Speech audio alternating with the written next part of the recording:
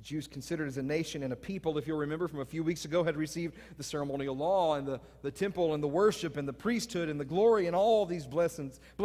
And for years, they had taken them lightly, all these things, and missed the coming Messiah.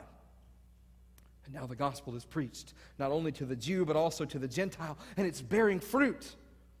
Because even the Gentiles are turning from their sin and trusting in Christ. So what's the conclusion of God acting in one way towards Jacob and one way towards Esau, or anyone else for that matter? The conclusion must only be that God is free to act as He pleases. And His actions are always good, and His actions are always right, and His actions are always just. The charge, again, was that God is not fair, or that maybe it's because we deserve His favor. But listen, to think that God owes you anything is to limit and diminish His glory. If you think He owes it to you, then you take away from the beauty of what He gives to you because you take a little bit of that glory for you. And it's natural. It is so natural in our humanity to want to do this. We all struggle with it. As a matter of fact, we look at verse 14 in our text. We find Paul answering that very objection. What shall we say then? In other words, what should our reaction be? Is there injustice on God's part?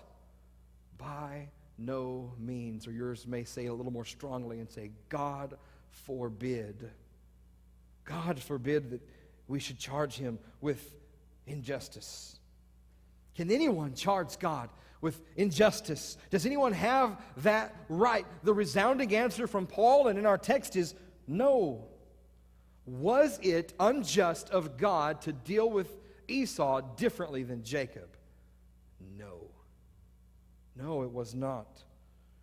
Is God unjust to deal with anyone in any other way than the way He chooses? Is there injustice with God? Paul says, and we say, may it never be. For even if a trace of injustice is found in Him, then He ceases to be God. And if that happened, friends, we would cease to exist. We would cease to exist. The knee-jerk reaction is, it's not fair. Let me tell you something. God is not fair at all. If God were fair, He would give us what we deserve. That's fair. Getting what is coming to you is fair. When you work and you receive a paycheck and you've done your job, that's fair. You earned those wages. Giving me wrath for my sin, condemnation for my sin, that's fair of God. That makes God a fair God. So in that respect, no, God is not fair at all. So hear me closely, because I don't want anyone walking out of here thinking that the preacher has just gone off the deep end and that he's now a heretic of some sort. Is God fair in His actions towards sinners? No. He's merciful. He is merciful, and He is just, and He is full of grace. What is unfair is that He loves me, and yet I still sin against Him. And I still turn my face from Him. We sang it this morning, prone to wander, Lord, I feel it.